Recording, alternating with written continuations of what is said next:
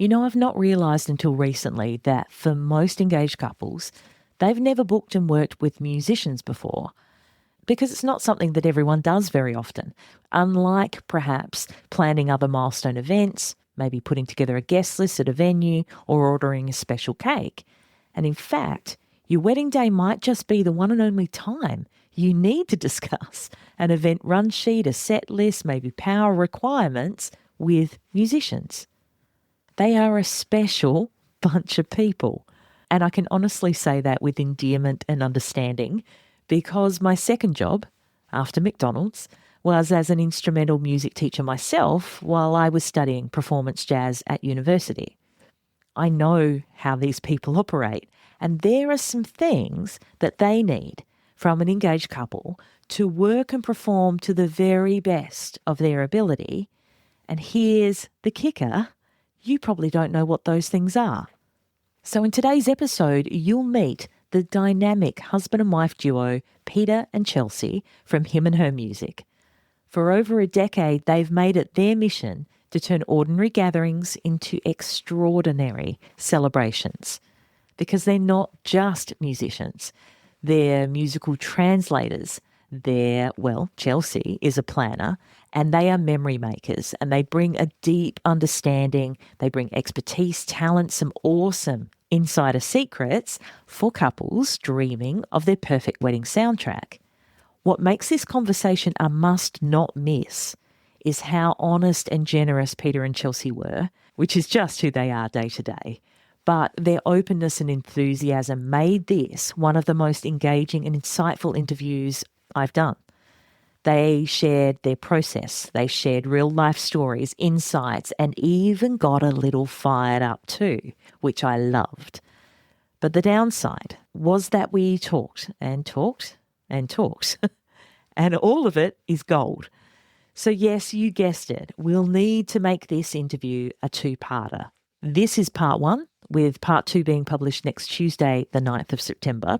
So in this episode, part one, you'll discover why live music is so much more than just a checkbox on your planning list, the most overlooked decisions and biggest mistakes that couples make when they choose and book their musicians, why you actually don't want to be too rigid with your playlist, and how your dance floor energy is a living thing and how to let it grow, develop and thrive so more of your guests get to enjoy it and have a brilliant time.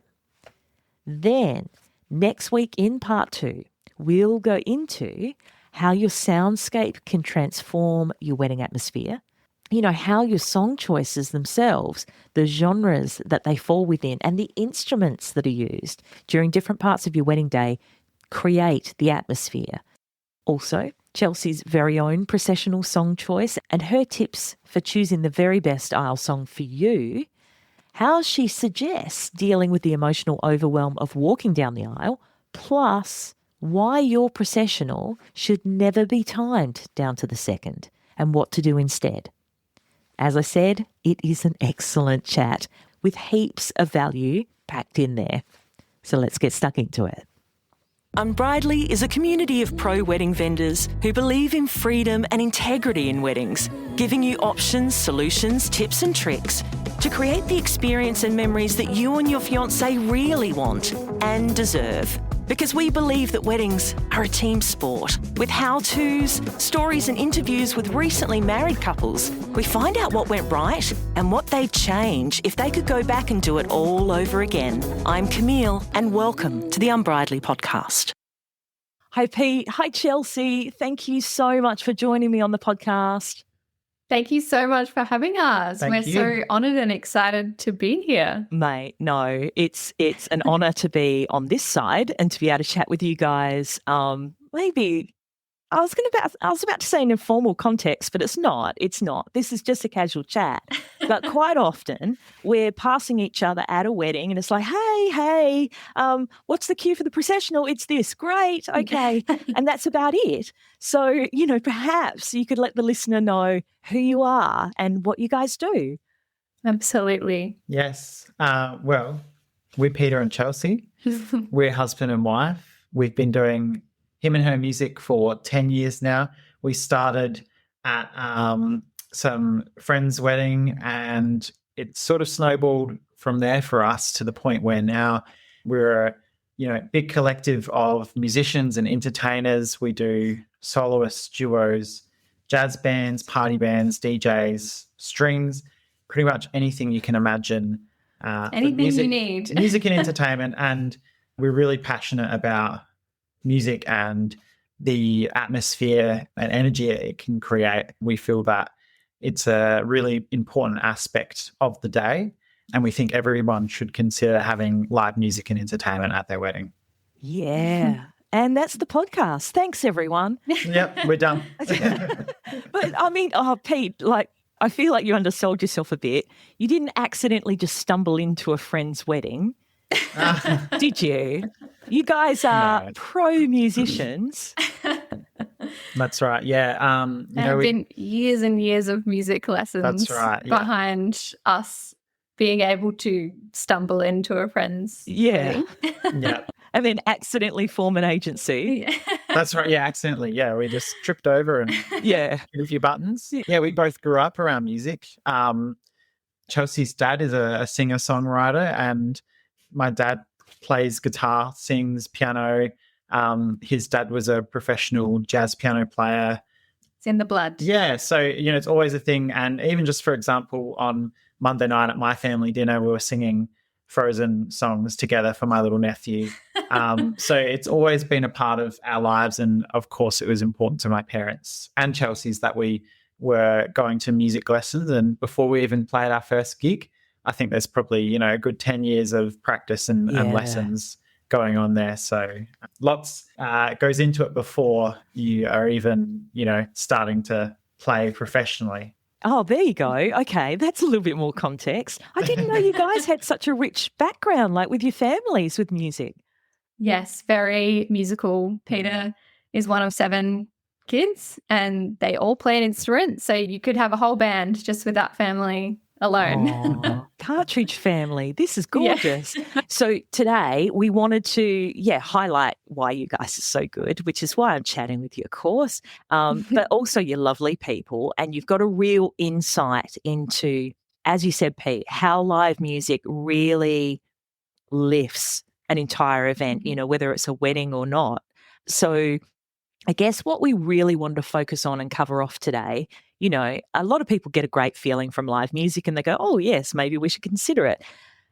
But there's just so much more than that. And I feel like first-time couples getting married just don't know what they're stepping into and the questions to ask and things like that. So if you could please help our listener, when couples are first starting to think about live music for their wedding, what are some of the most important considerations they should be thinking about, things to not overlook?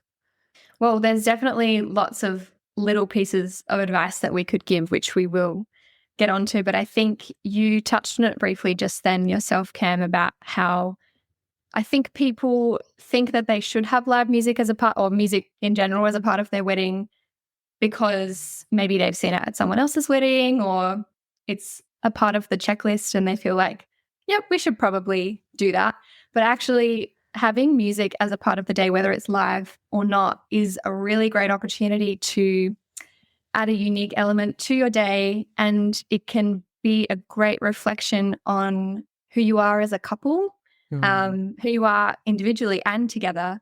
And so first and foremost, if you're considering having any kind of music as a part of your wedding, which any kind of music you probably should have, you should think about, okay, how do we want our guests to feel? What do we want the music to say about our day? What kind of atmosphere do we want to create?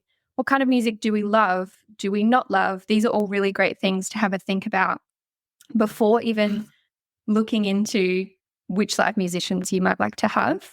So we really encourage all of our couples to think about these things before they inquire. And if you come to us and you don't have any idea whatsoever, then we'll absolutely talk that through with you. But like I said, you spend months and months, years in some cases, meticulously planning this day.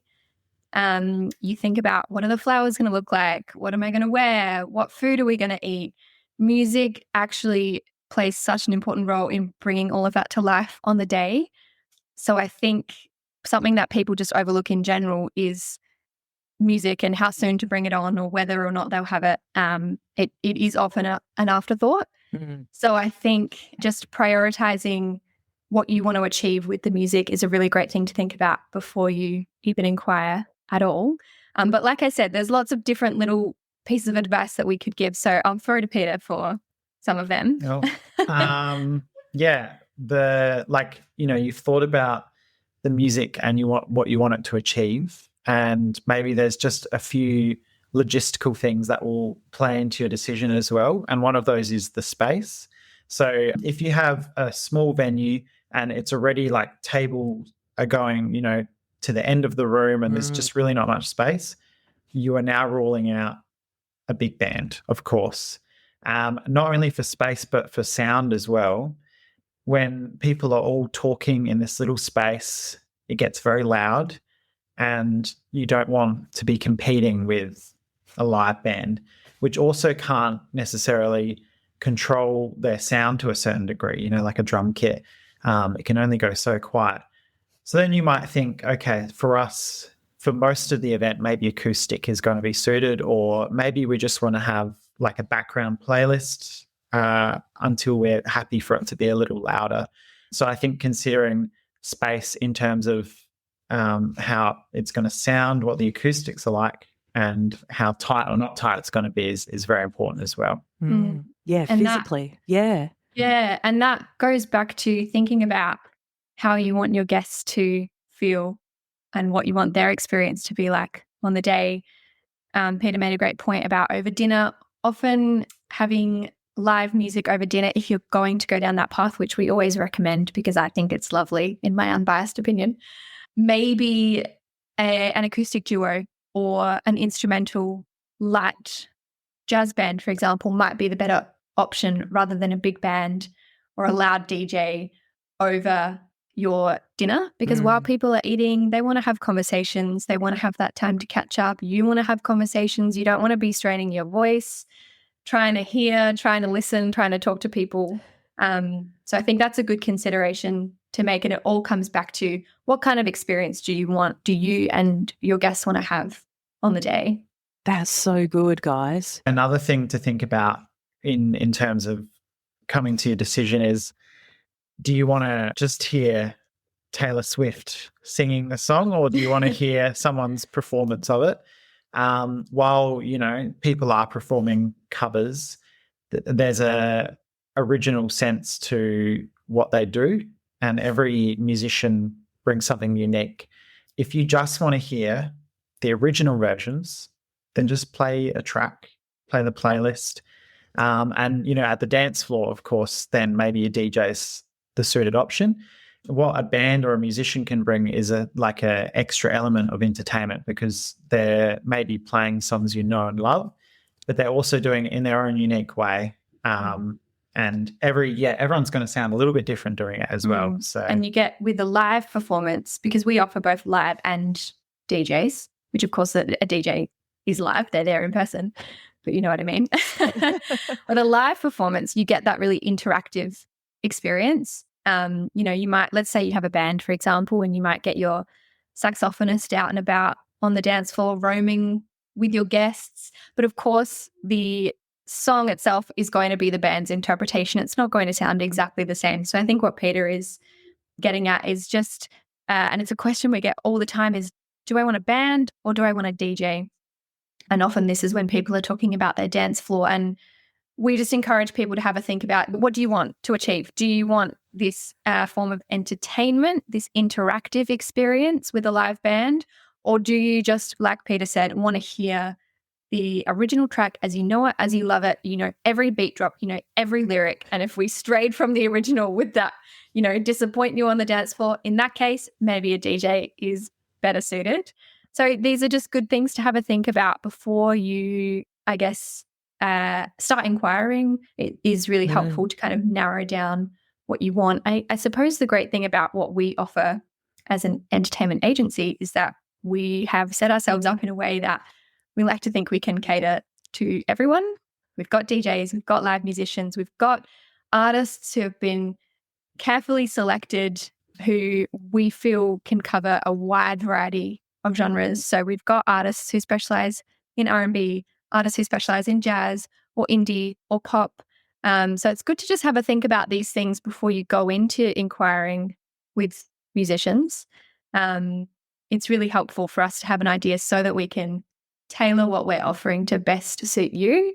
It all comes back to being a reflection of you and what you love. That's what your whole wedding day is about, is celebrating who you are as people with your favorite people. So good things to have a think about, I think. So good, Chelsea. I completely neglected to try and draw out of you your other gig, Chelsea. Do you want to explain, when you're not, running an agency with your husband, can you please let the listener know what else you do? Yes, of course. So like Peter said, we've been running him and her music for about 10 years now, which we absolutely love and adore. One of my favorite parts about running him and her has been that really personal and relational aspect that we get to have with our couples. We're very involved in the planning. We like to be involved in the lead up to the wedding as much as possible. And I was just craving a little bit more. I just wanted to be more involved. I think often on the day I would maybe get too involved and people would be like, why are you so interested? You're just the musician. Yeah. So put those candles down, Chelsea. What are you doing? I just want to help. For many years now, I've been saying to Peter, I would love to be more involved in a planning and coordination aspect. So I started another business coming up on 2 years now. Status Official is the name of the business, where I offer wedding planning, curation, styling, and coordination. I absolutely love it. The two businesses go really well hand in hand together. And I do think that it has helped me to, I guess, level up the service that we offer with him and her, because I understand so many different aspects of wedding planning now. And so I can bring that advice to our planning consultations with our music clients as well. So yeah, I absolutely love it. I could hear that, Chelsea. I could hear that so completely clearly, like in your answer about the live music, because couples often are thinking about how their wedding looks, the visual aspect, the place that you're going to be, what it's going to look like, the decor, the colours, who's wearing what. But like, if you're going for all 5 senses for your wedding, and you should, then music, like, is the next layer. Like, oral representation and love for your ears is the next layer. And I can hear you, like, thinking about that and, considering that. I'm incredibly passionate about it.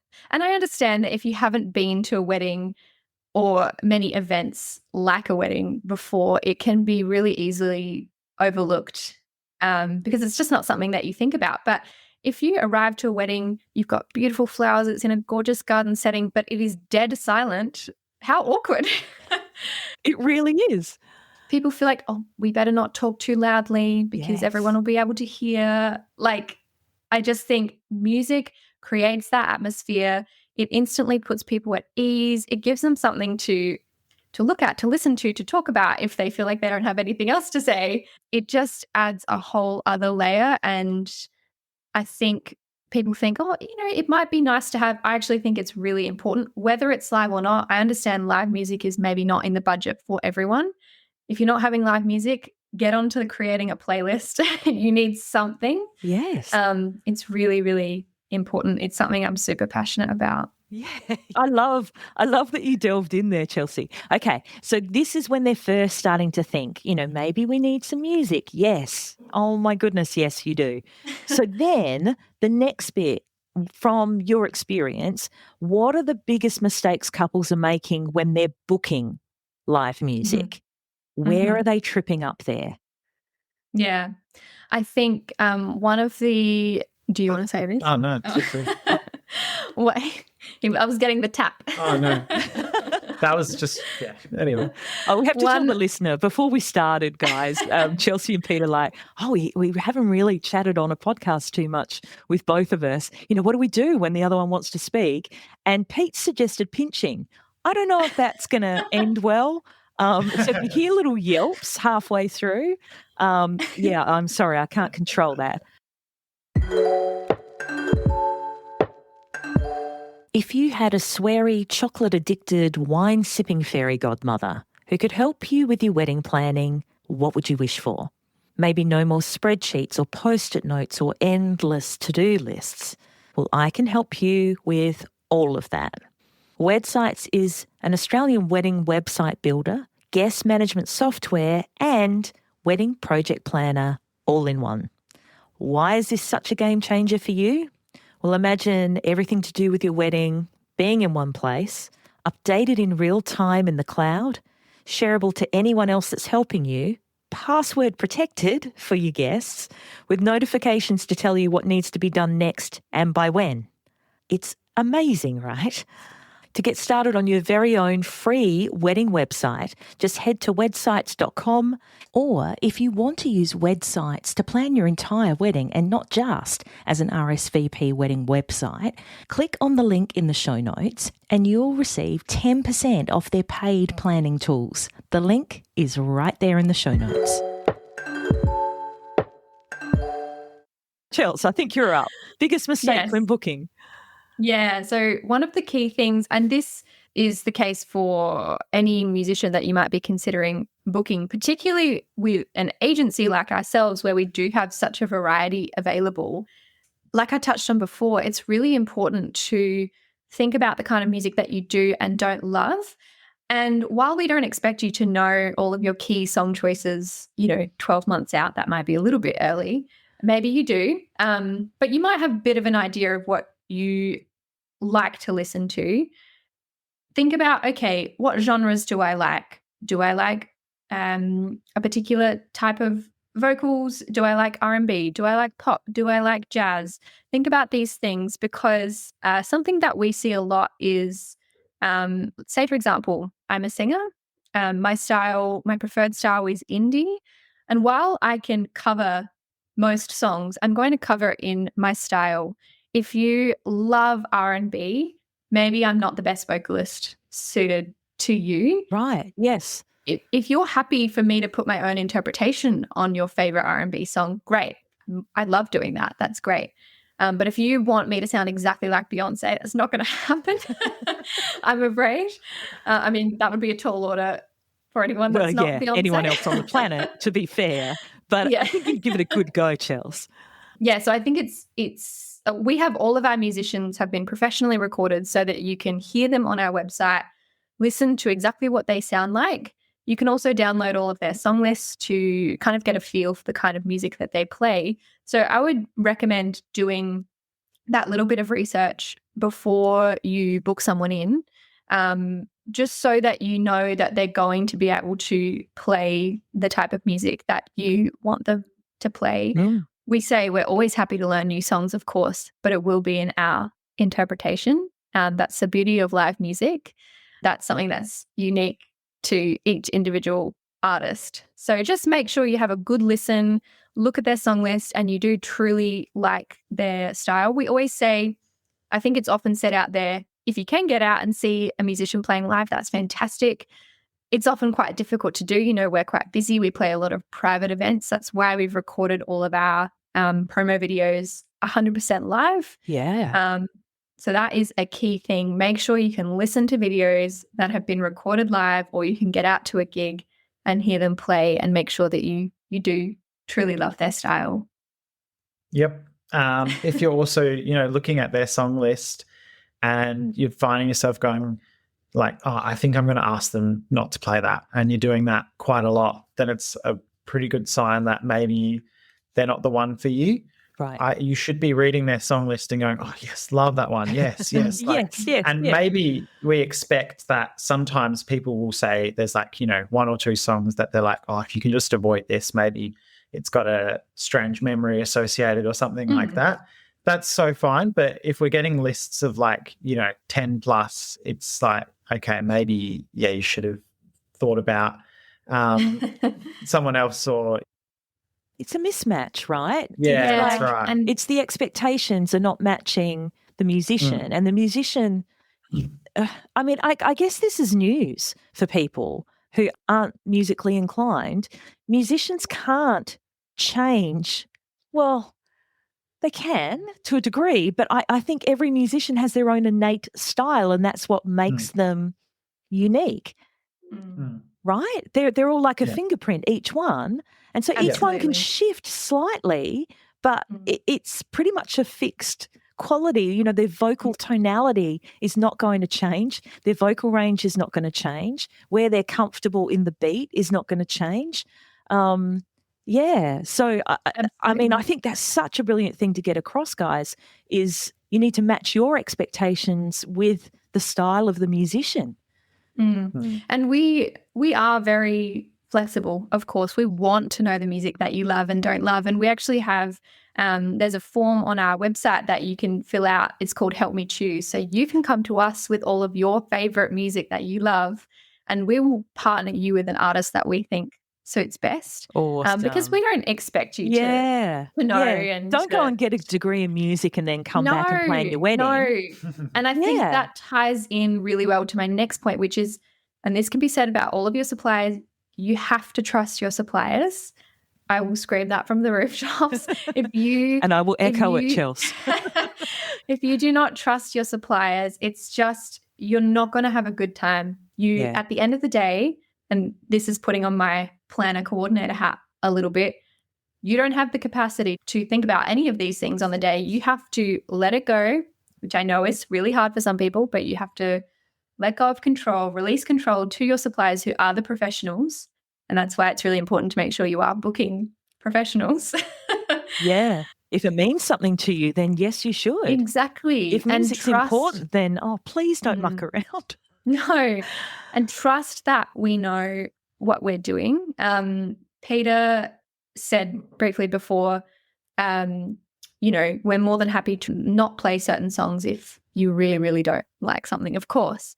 But sometimes people will come to us and they've taken our song list and they've kind of curated their own set lists out of it. And we advise against that only because so much like music, we respond to your guests on the day, and sometimes your guests might be loving something or they might not be loving something, and so we'll transition to a different song. Your DJs will do this as well. We work really hard to lean into the vibe that you're trying to create, and that can look different at each and every wedding. We don't just play the same songs in the exact same order. It really depends on the day and what you've said you love. So make sure you love majority of their song list and you love their sound and you feel like you can trust them. A great way to tell if you feel like you are going to be able to trust your supplier is to just chat with them. We are always happy to jump on the phone. I would highly recommend having at minimum a phone call just to feel like you're comfy with this person and you're happy to release control to them on the day, because that is so important. That is key to being able to enjoy your day. Boom. Also, just to add to what Chelsea said, I'm getting a bit fired up, I must say. No, I'm loving it, Chels. I'm loving it. Because sometimes I know you a bit. Sometimes you hold back and you go, no, I'll just, and you're on fire today. Don't stop. Pete, you go. Like if Chelsea and I, for other artists, there's certain songs on our list and we're like, we nail it every time we play it, and your guests will be impressed. They'll be saying, who are these musicians? Like, it's such a wonderful thing you've done for the day. And yeah, when people start taking away those songs that we feel are really like strong songs, if you're getting less of a service, and that comes from, a lack of trust for what we do, and us knowing from all the, hundreds of weddings we've done, what is impacting and what's effective, really. I will add one more thing, if I may. No, not allowed. You can. Which is, we see this a lot with dance floor, with DJ band set lists. Often people will work with you to curate, the playlists and give you an idea of what will be played on the day. Often people will curate the playlist that is suited 100% to them. Like I said at the top, music is absolutely a reflection of you. But if for something like your dance floor, for example, you want to think about your guests as well. Maybe you love heavy metal. That's great. But maybe your guests don't. Yeah. So we don't want to be exclusively playing heavy metal. And clear your dance floor and, 2 songs. And we don't expect you to know what all of your guests are going to love, of course. And that's why, again, engaging with professional musicians, professional DJs, we can advise on what goes really well. So, yeah, that's just something to think about is, yes, it's absolutely a reflection of you. But when it comes to something like your dance floor, which depends so heavily on your guests' involvement, it's important to consider other people as well. Yeah. That's so cool, because if I can use a metaphor, your experience and all those weddings that you've done in the past and all the performing that you've done in the past, knowing what works, what doesn't, having your tentpole songs that you know are just spot on, that's just a thesis on this person's wedding. It's your best guess. It's all your experience. It's a baseline. But when you get to the wedding, you've got to actually get into the lab and do experiments, right? Each song is an experiment on a couple's wedding guess as to what takes and what doesn't. And it can like guide you in a certain direction, even though you thought you knew which way it was going to go. Yeah, absolutely. And that is why having a DJ can be so great for your dance floor. Let's say you're considering, do I spend the money on a DJ or do I just create a Spotify playlist? Yeah. The DJ is so key in everything that you've just said, Cam, because you might have created this Spotify playlist and you've planned it to the minute and you think it's amazing. But I guarantee what's going to happen is your guest's going to get hold of that iPhone and you're going to hear that skip button sound 1,000 times over, because people, even if people love the song, they only want to hear the chorus in some cases as well. And having the DJ means they can mix in, they can mix out, they can transition, they can tap into what people are really enjoying on the night. That is really important. Yeah, that's so cool, guys. Okay, so the live music planning aspect of weddings, how do you find or how do you recommend to your couples that ties in with the overall wedding timeline and, coordinating with other vendors? Live music, it's intertwined with everything.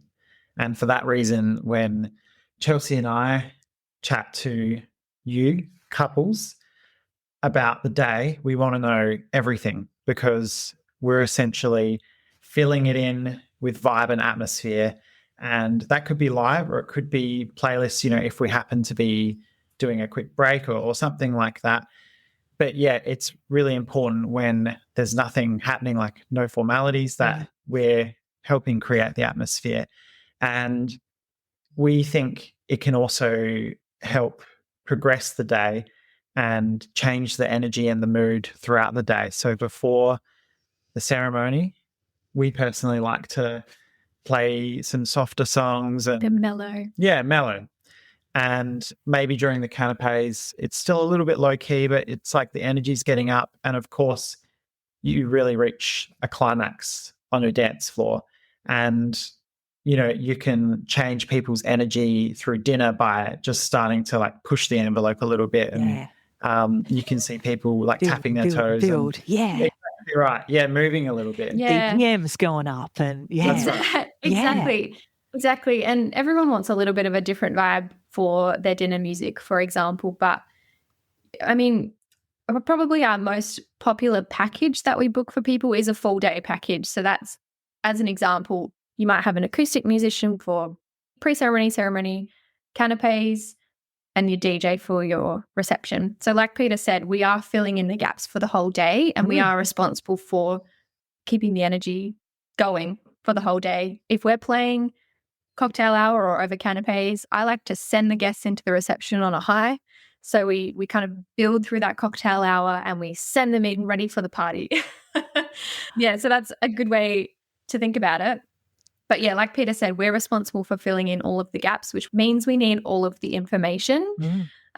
So in the lead up, We like to come on board with our couples about 2 months out from the wedding, which does seem early. But essentially, because of the way that we work with our team, we need to make sure that we are equipping our musicians, our DJs with as much information as possible so that they can be there on the day fully prepared. So sometimes we ask questions and I think people wonder why we need that information. We do a full run sheet for our team so that they can be prepared. So our process is that you might book us in. That could be 12 months out, however far out it is. We lock it all in. We leave you with some information to have a think about. Of course, you're welcome to contact us anytime before our next check-in to ask any questions. We're always available. But at that 2-month mark, we'll reach back out with a questionnaire to kind of get the ball rolling. And from there, we'll have a planning consultation, which I love, of course. That's I can see you getting it. That's where my stuck love into for it. planning came from. Yeah. And we will discuss every element of the day and we work our music in and around how your day is already planned. So we don't want to make you do anything in particular to suit the music. The music works around your plans. The music elevates what you already have planned. And like the style, like the styling of your day, music can play a really important role in actually bringing that to life. But we'll work around your formalities and we'll make sure we're across all of those details so that we can fill in those gaps on the day. And here's some other thoughts that I had about the actual timeline itself. Yeah. Dance floor time, something to think about is I think a lot of people think, I just want to be partying all night. We're going to be, like 6 o'clock. Let's get the dance floor going. Sure. Can work. But I always say, for most average people, can you do cardio for 4 hours, 3 hours straight? So if that's what you're going to do, just create an expectation for yourself that the dance floor might go through, peaks and troughs really, because people will naturally get tired like they're running a race. They need to refuel and stop and says the runner. Yes, that's exactly right. Yes, Pete's a runner, guys. Yes, so he's going to use this analogy. It's a marathon, not a sprint. Absolutely. Yeah, I actually find some really effective dance floors are when it's kind of like a bit of a punchy time, maybe 2 hours, and you're like leaving people wanting more. I don't think it's wrong to do more, but you don't need to think like, oh my goodness, we just need to do this massive dance floor time. You're still gonna have a lot of fun making it, on the shorter side. Another thing that I sometimes see, which can be a challenge, is people considering doing a sort of fake exit during the dance floor rather than at the end. Can you explain what that is for people who don't know, Pete? Yeah. So I think people like to get a photo of them exiting, and on occasion it's not actually at the end of the night for one reason or another. If your photographer finishes at a certain time, for example, people might like to do their, let's say it's a sparkler exit, they might like to do it earlier in the night. And then with the expectation of everyone returning to the dance floor. Heading back into the room. Continue. So it stays. Yeah. That's right. Yeah. Yeah. It's a tough one to build momentum back up again. We talked about us through the whole day. We're curating songs to build this energy, and then bam, the lights come on and everyone scatters or that kind of thing. So cockroaches. Like Chelsea said originally, we work with your timeline, and that just might suit what you're doing. But I think it can take away from the impact of the dance floor. The advice I tend to give is once your dance floor has started, we want to limit the amount of times that we interrupt people. Yeah. You might have dessert coming out during your dance floor, which is of course totally fine. You might have a late night snack, great for refueling purposes. But we don't necessarily need to have an announcement or make everyone go and be seated. I think you want to make sure all of your formalities are done by the time you're opening your dance floor so that we can we can keep that momentum going right up until the end of the night. And that's what we've seen works best, at least. Yeah, no, don't stop the party. Yeah, I got to agree. And so with this live music element. Oh, was something you touched on there, Pete.